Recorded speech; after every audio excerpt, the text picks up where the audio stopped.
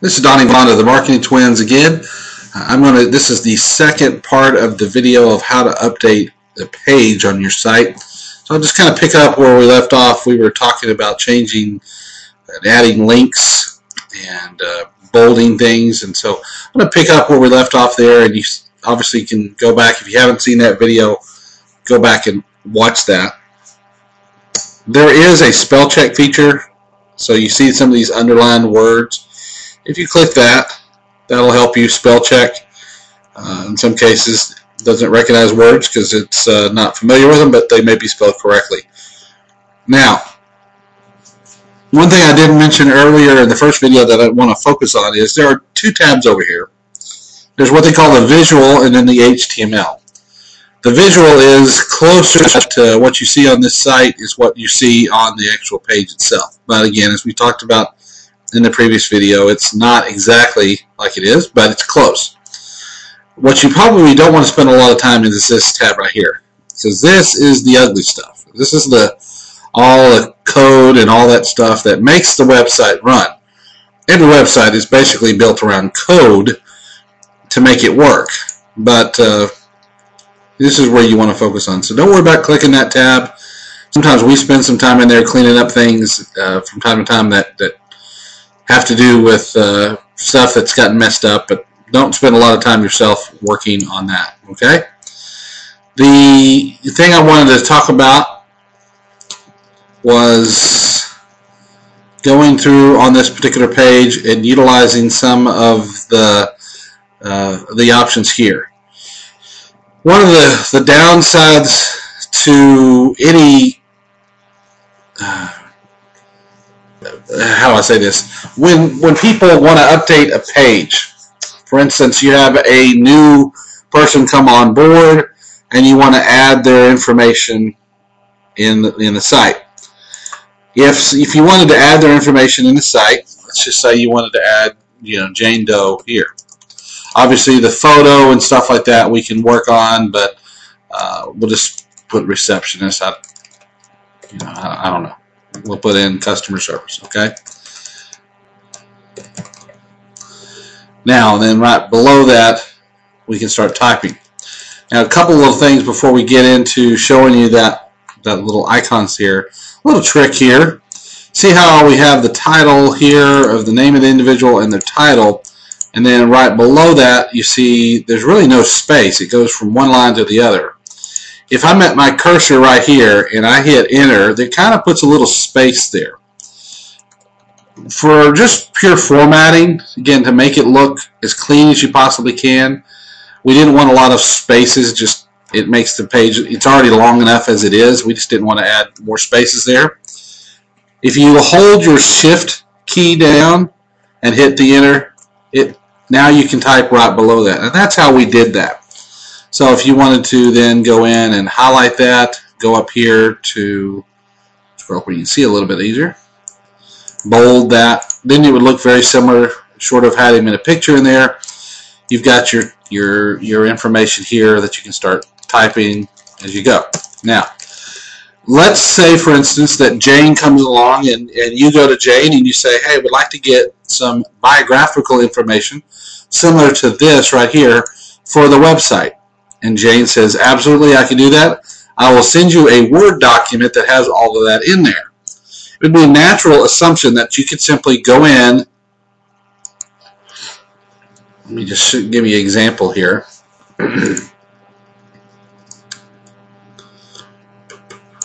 Copy this. I'll show you. I'm kind of doing this on the fly. I should have this open up earlier. But one of the things that's people think that you can do is just copy directly from Microsoft Word.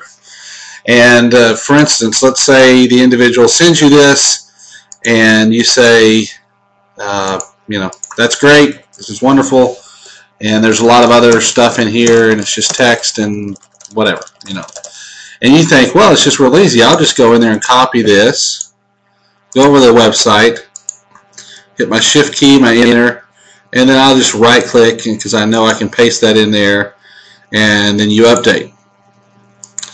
What happens with that is this. You see there's a lot of just extra spacing there that wasn't there before. You see, these words all run together, but when you pasted it in, you got a lot of other spacing and a lot of other stuff there.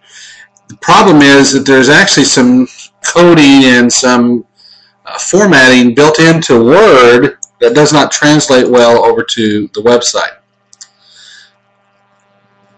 So what we want to do is this. Let's blank that out. Give me a second to go in and make sure all the code is taken out that doesn't need to be. So even this little, and that's fine. I'll have that in there. Okay. So now we hit our Shift and Enter key. This is where we want to start putting our new text that came from our new employee. So it's from the employee. I'd even spell check it ahead of time. But rather than just pasting it in here, I can use one of these two buttons here. There's a paste from Word, or there's a place as plain text. I will be honest that the easiest one to use to me is the just paste as plain text. So with my mouse, I'm just going to click it, just the normal left click. Pulls up this little box, and inside this box you can see a place where it says you can Control V, which is one way shortcut on your keyboard, or you can just right click and then paste in all the content that was from your Word document. Now when you go to Insert here, there still may be some spacing issues, and this is where you kind of have to go back in and clean it up a little bit. Again, we don't want the space, so I'm just going to do the Shift and Enter key at the same time. And you may be thinking, well, it doesn't look any different than it did when I pasted in from Word. Actually, it is. There's a lot of code that, and part of it too is pasting in code from, pasting text directly from Word. On my browser, I'm using Firefox, but if you used a different version of Internet Explorer, for instance, it may look completely different. So the safe thing to do is to paste it as plain text. That way there's no formatting carried over from Word that would wreak havoc on your site. Now you can go in here and do your normal formatting, bold and underline, or whatever you want to do. While we're on that, I would caution you about getting too crazy, for lack of a better phrase, with the formatting. If the rest of the site, you have their title, and that is what it is, that I would keep that, and everything else don't bold and underline. You may have somebody that comes to work with you that says, what I really like is for mine to be red. Can you make mine red? Yes, you can make that text red. Absolutely. And then you update the page, and then you show them what it looks like on your page as being red when nothing else is. So part of the design of this is not only just the layout, but also the colors. We didn't want a red text on this page because there's nothing in your logos. There's nothing about your site that's red. So we want to be careful about getting too cute or crazy with the colors that we use on the website. You want to just stick to pretty much the black and go from there. So that's a key thing, is when you're pasting in, don't paste it directly from Word. Copy it from Word and then paste it as the plain text, and you should be fine from there. I don't think there's really anything else formatting-wise that you need to know, but I will show you this little thing. And this has to do with uploading pictures. You know, I'll do that in a separate video because that's going to tie into our media library. So that's going to conclude the information as far as uploading the text. Mainly is what you need to understand is when you are making any changes,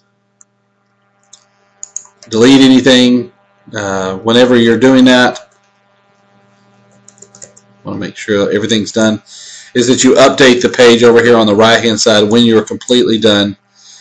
And see, there's a lot of code in here that I want to get rid of, and that's not something you would really need to mess with yourself. So get rid of that so that it doesn't wreak havoc on your page. We'll update the site, and it should look okay. If not, I'll fix it later as part before we move on to the next tutorial. But I think that looks the way it was supposed to look. So that is what we need to do. Hopefully that's helpful. If you have any questions, again, send the email to idoc@marketingtwins.com. Thanks.